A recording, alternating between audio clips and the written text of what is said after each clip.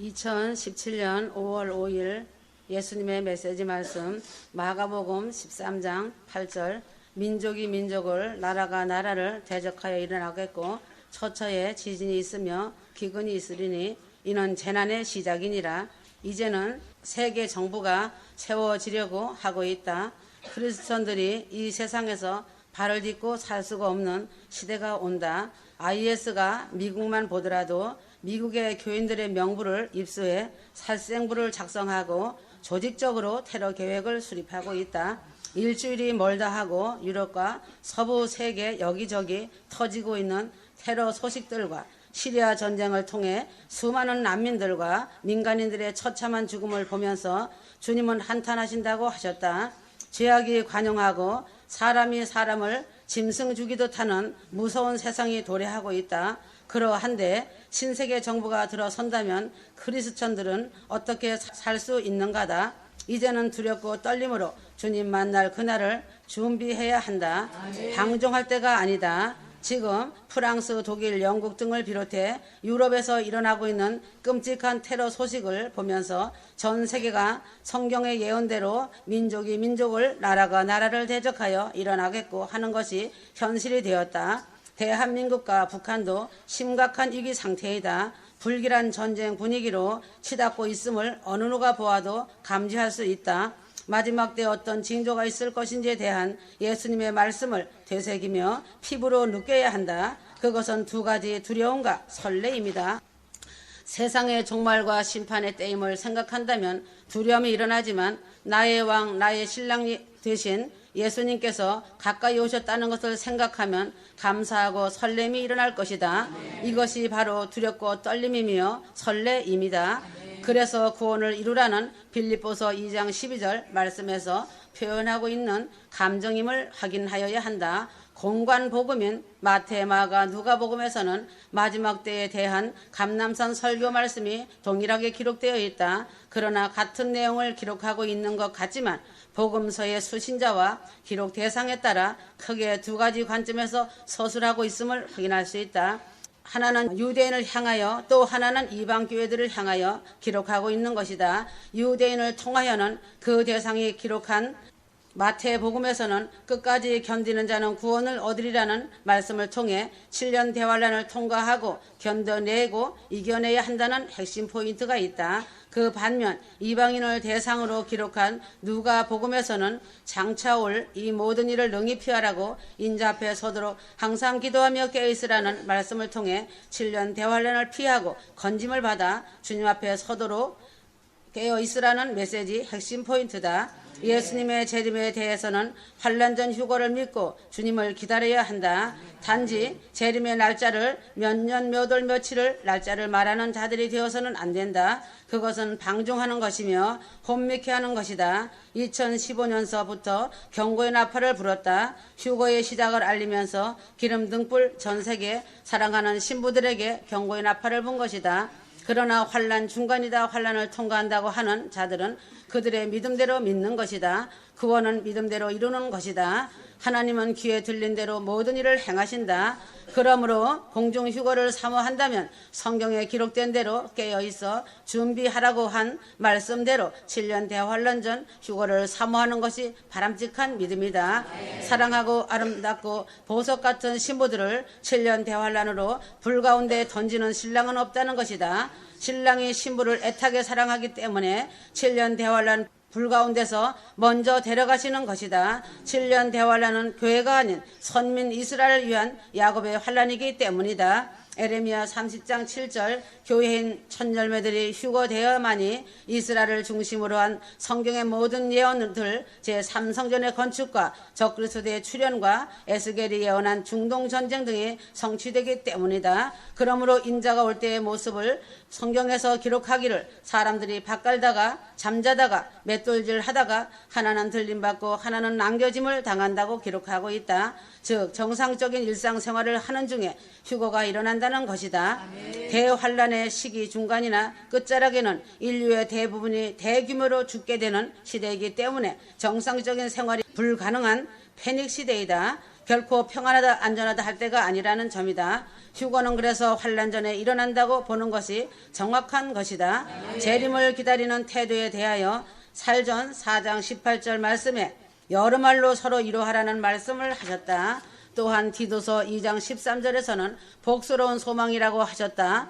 과연 그 엄청난 대환란을 다 이겨내고 통과한 후에 휴거가 일어난다면 서로 위로하라는 말보다는 너희 믿음을 굳게 할지어다 라는 말로 성도들을 무장시켜야 맞고, 복스러운 소망이라는 말보다 죽음도 각오하고 끝까지 강인한 믿음으로 승리해서 쟁취해야 할 소망이 맞는 것이다. 그러나 뒤늦게 예수님을 메시아로 깨닫게 되는 유대인들에게는 후자가 맞지만, 이미 신랑을 맞을 준비를 하면서 깨어 준비해온 그리스도의 신부들 교회에게는 전자가 맞다는 것이다.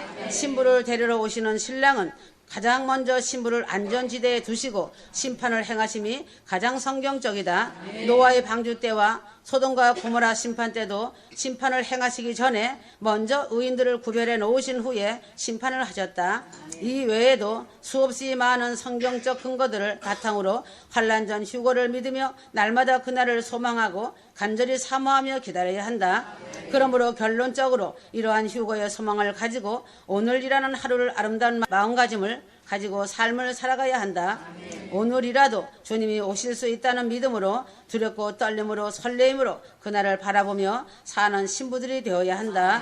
그리고 하나님이 주신 큰 구원 휴거의 초청장을 주었으니 가족, 권력, 친척, 이웃을 위해 기도하여라. 마음의 생각과 자신의 행동과 자신의 혀, 사용을 결단코 죄 가운데 방치할 수 없다는 것을 명심하여야 할 것이다.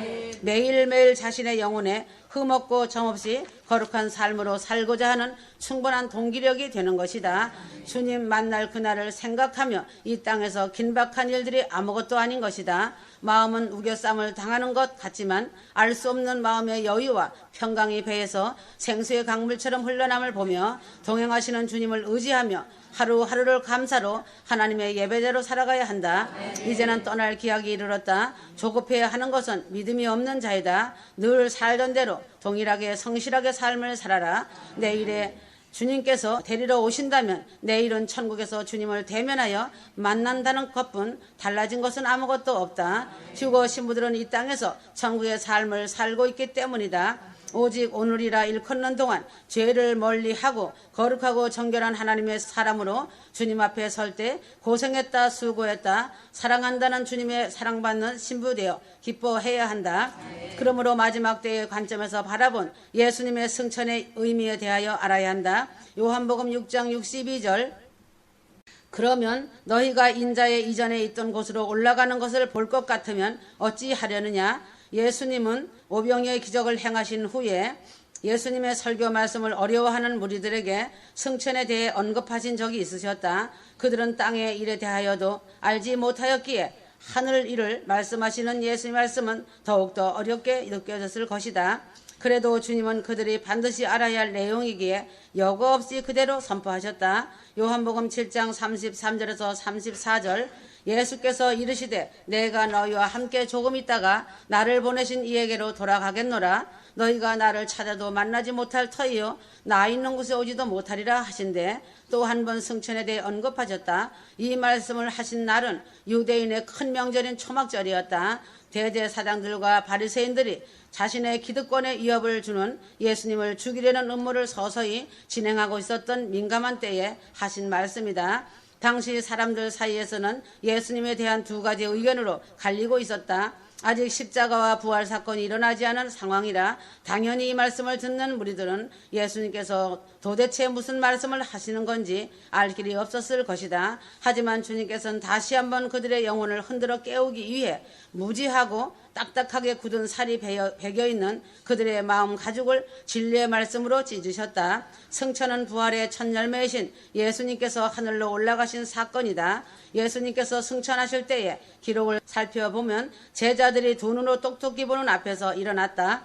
사도행전 1장 9절에서 11절 사도행전의 기록을 보면 제자들이 목격한 예수님의 사건이 어찌나 생생하고 기가 막힐 정도로 뚜렷한지 넋을 잃고 하늘을 자세히 들여다보고 있었다고 기록하고 있다. 옆에 서 있던 흰옷 입은 천사가 즉시 넉나간 제자들을 흔들어 깨우며 어찌해야 하늘만 바라보고 있느냐. 예수께서는 하늘로 가신 그대로 다시 오실 것이라는 메시지를 전해준다.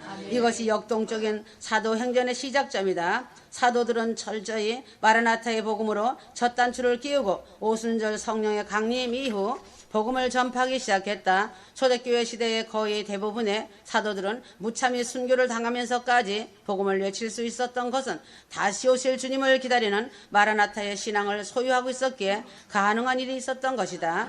이렇게 예수님의 초림은 탄생, 공생애, 십자가, 부활을 거쳐 승천을 마지막으로 구약의 모든 예언들이 성취되었다. 이제 곧 있게 될 예수님의 공중 휴거 재림은 승천을 첫 단추로 하여 시작된다. 신부들의 휴거 승천이야말로 그 첫 단추이다. 예수님께서는 신부들의 휴거가 어떻게 진행될 것인지 예수님 자신의 승천하심을 통해 슬로우 비디오로 보여주셨다는 것이다. 신부들의 휴거는 순식간에 호련히 일어나는 일인데 예수님의 승천하시는 모습을 제자들이 처음부터 끝까지 디테일하게 두 눈으로 똑똑히 보게 하심으로 내가 다시 올 때 너희들도 나처럼 이렇게 들림받게 될 것이라는 마라나타 신앙을 그들의 영혼 깊은 신비에 새겨주신 것이다. 사도 바울은 고린도 전서 15장에서 부활의 순서를 정확하게 기술하고 있다. 고린도전서 15장 23절에서 26절 이 말씀은 쉬운 말 성경으로 말씀해 주시는 것이다. 죽은 자의 부활은 각각 순서대로 이루어질 것이다. 가장 먼저는 모든 죽은 자들의 첫 열매신 그리스도요. 그 다음은 그리스도께서 다시 오실 때 그분께 속한 사람을 즉 참믿음을 가진 신부들이다. 그 후에 휴거 후에 세상 종말이 임할 것인데 그때의 그리스도께서는 지상의 모든 권력과 권세와 권능을 다 멸하신 후 그 나라를 아버지 하나님께 바치실 것이다. 그러면 하나님께서 모든 원수를 그리스도의 발 아래 완전히 굴복시킬 때까지 그리스도께서는 왕으로서 다스려야 한다. 그리고 맨 마지막으로 굴복시킬 원수는 죽음이다. 부활의 첫 열매신 그리스도의 부활과 승천, 그리스도께서 다시 오실 때 그분과 속한 사람들의 부활과 승천, 신부들의 휴거 대환란을 통한 세상의 종말, 최후의 심판을 통한 원수들과 사망의 권세의 굴복이다. 이런 순서로 진행될 마지막 때의 시나리오에 대해 사도 바울은 정확히 순차적으로 기술하고 있다. 여기서 주목할 것은 대환란 이전에 신부들의 휴거가 있다는 사실이다.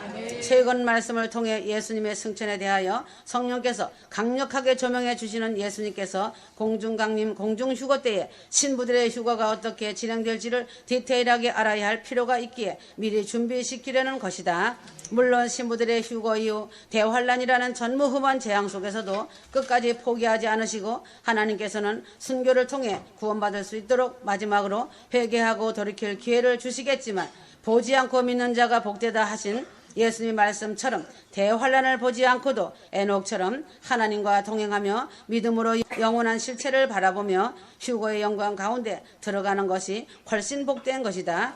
이미 세상을 향한 욕심과 미련을 다 내려놓고 오직 주님만 바라보는 주님의 신부들에게는 대환란이 필요 없다. 확실하게 하나님 편에 서서 하나님의 궁유를 바라보면서 믿음으로 주님만 바라보며 살아가야 할 때이다.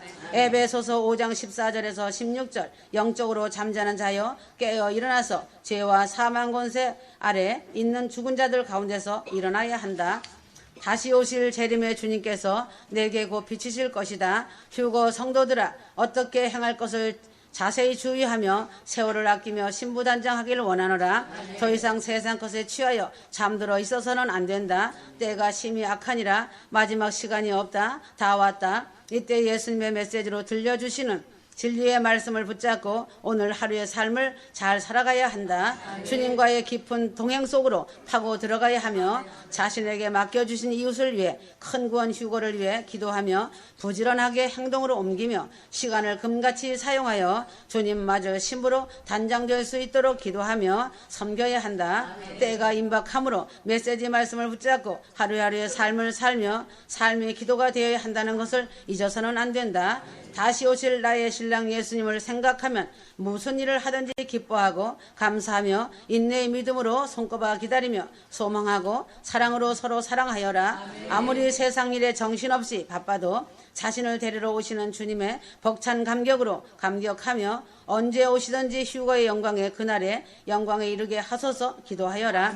휴거 신부들은 최상 최대의 지구를 떠나는 사건은 공중 휴거를 기다리는 신부들에게 대원칙이 있다. 그것은 바로 주님께 받은 엄유한 명령이나 다름이 없는 것이다. 그날과 그때는 모른다고 하셨고 아버지의 고난에 두셨다고 하셨다. 그러므로 언젠가는 오실 것이라고 준비하지 않으면 대환란에 남게 된다. 복음이 실제가 되어 주님은 이 땅에 초림때 오셨고 그 다음은 92년 10월 28일 공중으로 오셨다. 공중휴거로 사랑하는 신부들을 대환란 전에 반드시 끌어올리실 것이다. 마지막 때 세 번째는 신부들과 지상 재림으로 내려오시어 악한 세력을 진멸하실 것이다. 악의 세력들의 대심판이다. 그러므로 천년왕국 백성들은 예수 그리스도로 인하여 기뻐하며 주님께서 세 번째에 오신 날을 영원히 기념하며 감사할 것이다. 이스라엘에 말라있던 무화과 나무가 소생하면서 1948년에 이스라엘이 건국되면서 세상의 인류의 종말이 시작되었다. 그 시대부터 2015년 해에 이방의 70년이 끝나고 대한민국의 1945년 8월 15일 광복절이 아주 뜻이 깊은 해였다. 전 세계적으로 테드라드의 해에 휴거의 경고나팔을 전 세계를 향하여 불었다. 성령의 바람을 타고 전 세계로 휴거 성들에게 전달되어 기름 등불을 준비하게 하였다. 이때부터 지금까지 늦게 들어온 신부들을 준비시키시고 훈련하시며 성숙시키시어 빈 그릇으로 준비시켜 하나님의 사랑의 그릇으로 만들어 주셨다고 하셨다. 2016년은 세상의 아말렉들이 준비되는 해이기도 하다. 2017년은 끝까지 믿고 준비하며 눈물로 좁은 길을 걸어온 신부들의 열매가 추수되어 가는 해이기를 손꼽아 인내의 믿음으로 사랑하며 기다려야 한다. 사랑은 휴거이며 휴거는 사랑이다. 제3성전이 세워지려고 하고 있다. 하나님의 계획과 섭리는 다 때가 있다. 노아 홍수도 120년의 기간이 정해졌으며 애굽 종살이도 430년의 기간이 정해졌고 바벨론 70년 기간과 초림은 70일의 기간이 정해졌다는 사실이다. 이스라엘의 무화과 나무의 비유는 휴거의 종말의 때를 살아가는 휴거 성도들에게 정하여진 기간이다. 대한민국이 2015년 8월 15일이 70년이 되는 이방인의 한일해가 끝나는 시기라면 2017년은 이스라엘이 건국 70번째 해가 되는 해이다. 마태복음 24장 32절에서 34절은 무화과 나무의 비유를 배우라이다. 그러므로 약속은 오늘이라는 날짜에 언제든지 살아있다고 보면 된다. 인내의 믿음을 지켜 소망하며 사모하고 있는 자가 복된 자이다. 대희년 속에 사는 휴거 성도들은 복 있는 자들이다. 회개하면 빚도 탕감받고 죄도 탕감받는 복을 받은 것이다. 하나님께서 휴거 신부들을 큰 구원 휴거로 데려가시는 영원한 영광의 안식을 주시겠다는 언약의 약속이 휴거 성도들을 이끌어서 주님이 세워주신 섭리와 뜻 안에서 데려가시는 동안 믿음과 휴거의 자격을 상실당하는 성도들이 하나라도 나타나지 않도록 정신을 차리고 깨어 있어야 한다. 2017년에는 인내의 믿음을 지킨 휴거 신부들의 영광의 그날이 이룰 것이다. 하나님만이 정하신 그날은 처음 맺으신 언약의 말씀대로 초대장을 보내주시고 날짜를 주관해 주시며 도열하시며 끊임없는 무한정 사랑으로 약속의 그날을 악망하게 해주신다. 영의 귀를 열고 영의 눈을 열어주시며 사랑하는 신부들아 준비하고 있어라. 회개하며 기다려라. 너희들과 맺은 약속은 오늘 이 시간이라는 날짜에 언제나 생명은 살아있다는 것이다. 휴거 신부들과 맺은 언약의 약속을 파기하지 않으리라. 가시밭길 돌짝밭길 좁은 길을 걸어오면서 모든 훈련과 연단의 여정을 마치는 그날에 영원한 영광의 안식으로 빛나는 신부들이 되어 들어갈 것이다. 꼬린 지점 결승선이 목전에 와 있다. 끝날 큰 날이 될 것이며 끝까지 견고히 잡고 있어라. 하나님의 약속은 영원 불변하시니 하나님께서 약속하셨으니 그 약속은 반드시 이루실 것이다. 신랑 되신 예수님 얼굴을 배울 때 그 영광은 빛날 것이다. 로마서 2장 5절 다만 네 고집과 회개치 아니한 마음을 따라 진노의 날 곧 하나님의 의로우신 판단이 나타나는 그날에 이 말 진노를 내게 쌓아도다. 로마서 2장 13절에서 16절 복음의 핵심은 로마서 그날의 주파수가 맞추어져 있음을 발견하며 깜짝 놀라게 된다. 성경은 믿는 자들에게 예수님을 가슴으로 안 믿으면 큰일 난다는 말 대신 마지막 7년 대환란이 있고 그날이 임박했다. 그날은 어떤 육체도 감당 못할 진노의 날이니 너희는 마음의 허리를 동이고 깨어 근신하라. 회개치 않는 자는 영원한 불못에서 세세토록 고통당하리라 말씀하셨다. 그러므로 그날에 대하여 요한계시록에 무려 22장에 걸쳐서 단계적으로 어떠한 재앙이 일어날지를 아주 상세하게 구체적으로 수록해 놓으셨다. 그러므로 그날이 어떤 날인지 자세하게 묘사하고 있다. 고집을 꺾지 않고 자신 마음대로 살아가는 인생과 회개치 아니하고 목이 곧은 사람들에게 하나님의 진노가 퍼부어지는 날이라고 하신다. 일생 동안 지은 죄를 조목조목 계산하여 그 날수만큼 퍼부어질 진노가 쌓여서 하나님의 의로우신 판단이 나타나는 그날에 죄 지은 그 사람에게 다 쏟아질 것이라고 말씀하시는 것이다. 또한 그날에는 사람들 마음속으로 지은 은밀한 죄까지도 낱낱이 하나님의 심판대 앞에 벌거 벗은 것 같이 다 드러나게 된다고 하셨다. 인류가 수천 년 동안 지은 모든 죄악들을 향한 하나님의 진노가 퍼부어지는 그날이란 마지막 때에 7년 대환란과 함께 임하게 될 최후의 심판이 날이다. 자신 안에 숨어있는 죄들은 그날에 대해 눈과 귀가 멀게 한다. 그날이 다가오고 있다. 급박하게 다가오고 있다는 기가 막힌 현실을 대수롭지 않게 여기며 안일하게 살도록 눈을 가리고 있다. 요한일서 3장 9절 하나님의 씨가 그의 속에 거하며 저도 범죄치 못하는 것은 하나님께로 났음이라. 진정으로 거듭난 자는 죄를 안 짓고 사는 게 정상이라는 개념을 마음 중심에 확실하게 첫 단추로 끼우고 믿음을 지키고 강하게 담대하게 삶을 살아가야 한다. 대부분 성도들의 생각 속에 구원은 은혜로 받았지만 육신의 몸을 입고 있는 동안은 어쩔 수 없이 죄를 지을 수밖에 없다는 생각이 뿌리 박혀 있어서 죄와 맞서 싸울 생각은 엄두도 못 내고 있다. 그동안 늘 죄에 끌려다녔기 때문에 그저 죄 짓고 용서받고 하면서 삶을 반복하면서 심지어 그것이 믿는 자의 축복인 양 타협하며 살아가고 있다. 어쩔 수 없이 죄를 지으며 사는 게 정상이라는 말도 안 되는 가라지가 마음 깊이 뿌리내려 있는 것이다. 하지만 성경 어디에도 어쩔 수 없이 죄 지을 수밖에 없으니 적당히 살라는 말씀은 찾아볼 수 없다. 오히려 예수님께서는 눈이 범죄하면 빼버리고 손이 범죄하면 잘라버리라는 극단적 표현까지 하시면서 죄와 지옥에 대해 경각심을 갖고 살라고 하셨다. 죄는 암세포와 같다. 만일 자신 안에 아주 작은 암덩어리만 발견되어도 마음이 녹고 사지가 떨리며 그 암덩어리를 하루라도 빨리 몸에서 제거하려고 할 것이다.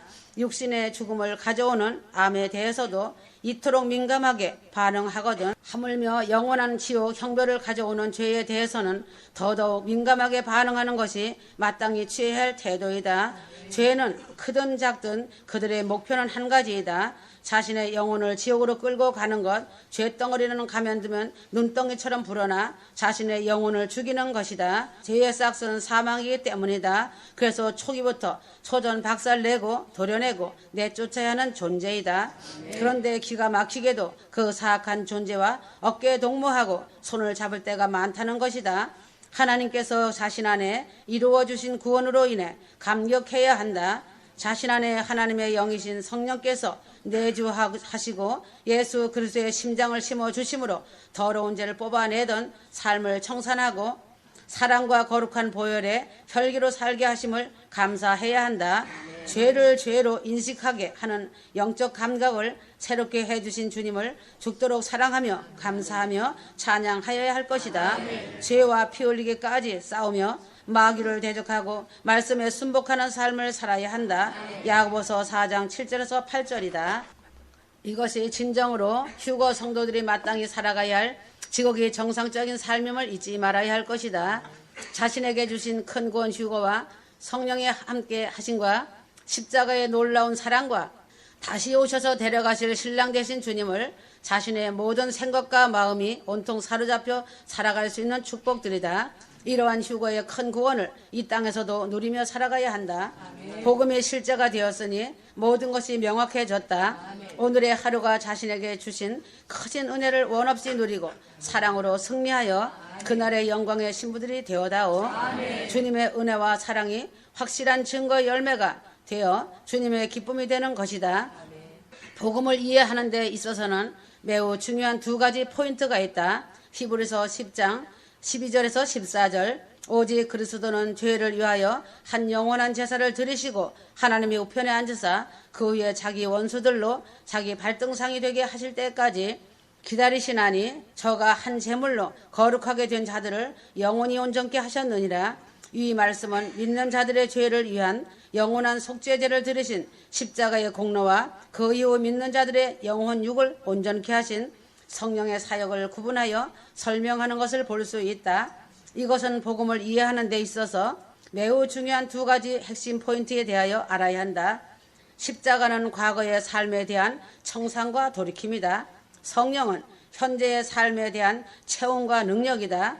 십자가는 과거에 자신의 주와 함께 죽은 것이다. 성령은 현재 자신이 그리스도로 사는 것이다.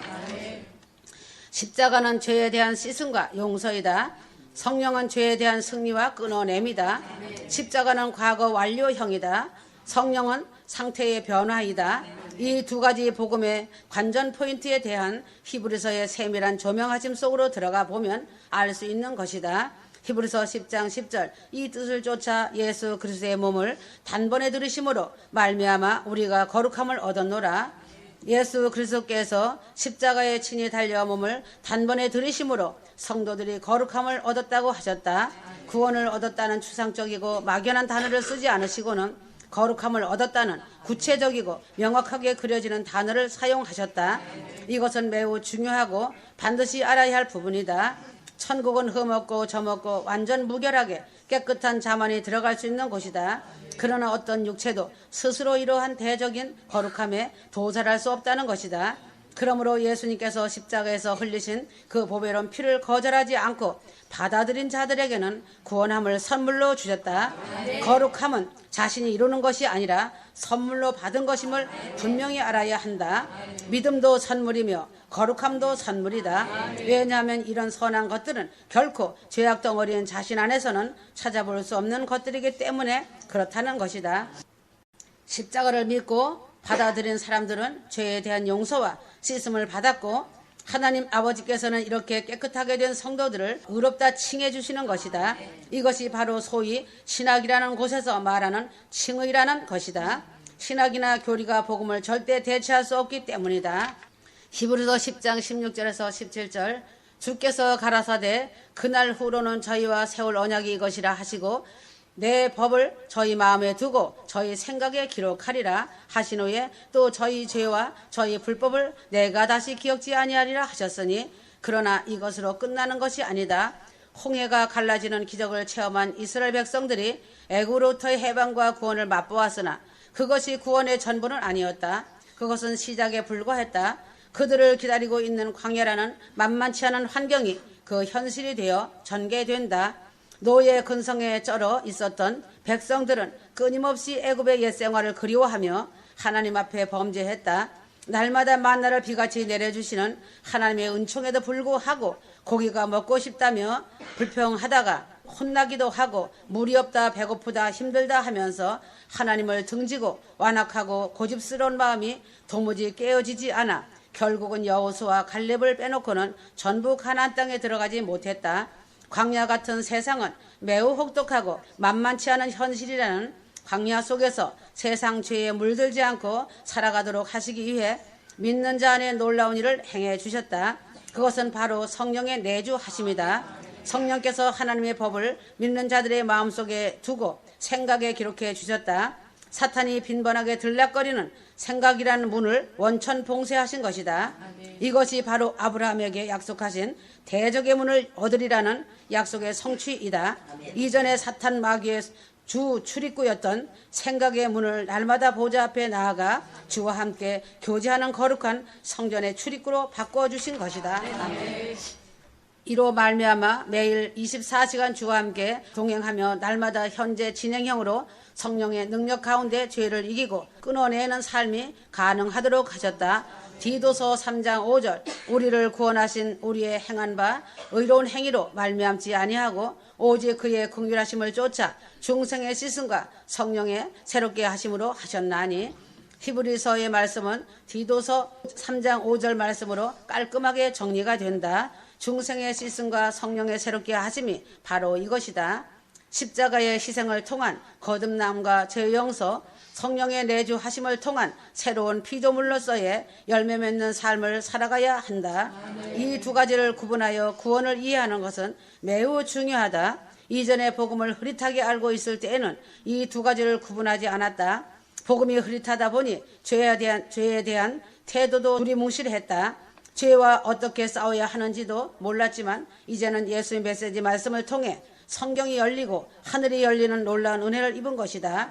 이 땅에서 죄를 멀리하는 것은 상급에 관한 문제일 뿐 천국과 지옥을 판가름하는 생사를 좌우하는 문제는 아니겠지. 이렇게 대충 막연하게 신앙생활을 하면서 하나님과 세상의 양다리를 걸치고 은근히 간음하듯 죄를 즐기며 살아가게 된다. 그래서 대환란에 남는 자가 된다. 대환란에 남는 자는 자신에게 문제가 있어서 남는 자로 전락하는 것이다. 빌립보서 2장 12절, 로마서 13장 11절, 성경은 분명히 선언하고 있다. 구원은 이루어가는 것이다 라고 하였다. 구원이 처음 믿을 때보다 매우 가깝다고 하였다. 휴거 성도들은 엄청난 신분의 변화를 받은 자들이다. 이제는 휴거 성도들이 신분이 변화하였으므로 천국 백성답게 살아가므로 회개에 합당한 열매 맺는 자의 삶을 살며 천국의 아름다운 가정으로 살아가야 한다. 사과나무에 사과가 열리고 감나무에 감이 열리듯 생명나무에 성령의 열매가 주렁주렁 열려야 하는 것이 정상이다. 그리하여 내 자신이 진정 예수님의 신부이며 예루살렘 신부라는 것을 사람 앞에 빛이 되어 드러나야 한다. 이것이 정상이며 진정한 천국 백성으로 구원받는 증거가 되는 것이다. 행함 없는 믿음은 죽은 믿음이며 왕년에 영접한 까마득한 기억만 붙잡고 살아가는 것은 미련한 자이다. 머릿속에 머물러 있는 복음은 천국으로 들어갈 수 없다. 머릿속 복음이 가슴으로 내려와야 천국에 들어간다. 머리의 복음은 대환란에 남겨져서 혹독한 시련을 겪게 해서라도 하나님은 그들을 천국 백성 되게 하셔서 구원시키려고 연단하신다. 결코 포기하지 않으시는 주님의 사랑과 은혜가 불 속에서도 구원자를 건지실 것이다. 이것이 벗어날고 구원이다. 하지만 보지 않고 믿는 것이 축복이다. 참 복음을 만나는 것이 최상의 복이다. 구원은 이루어가는 것이다. 휴거는 아주 임박하다. 날마다 깨어 있어야 한다. 지금은 전시 상태라는 것을 잊지 마라. 늘 말해주지만 장전, 거총, 전시 상태라고 보면 된다. 어느 날이 될 것이다. 열나라가 세워지려고 움직이고 있다. 이제는 대환란으로 들어가는 시점이다. 다 왔다.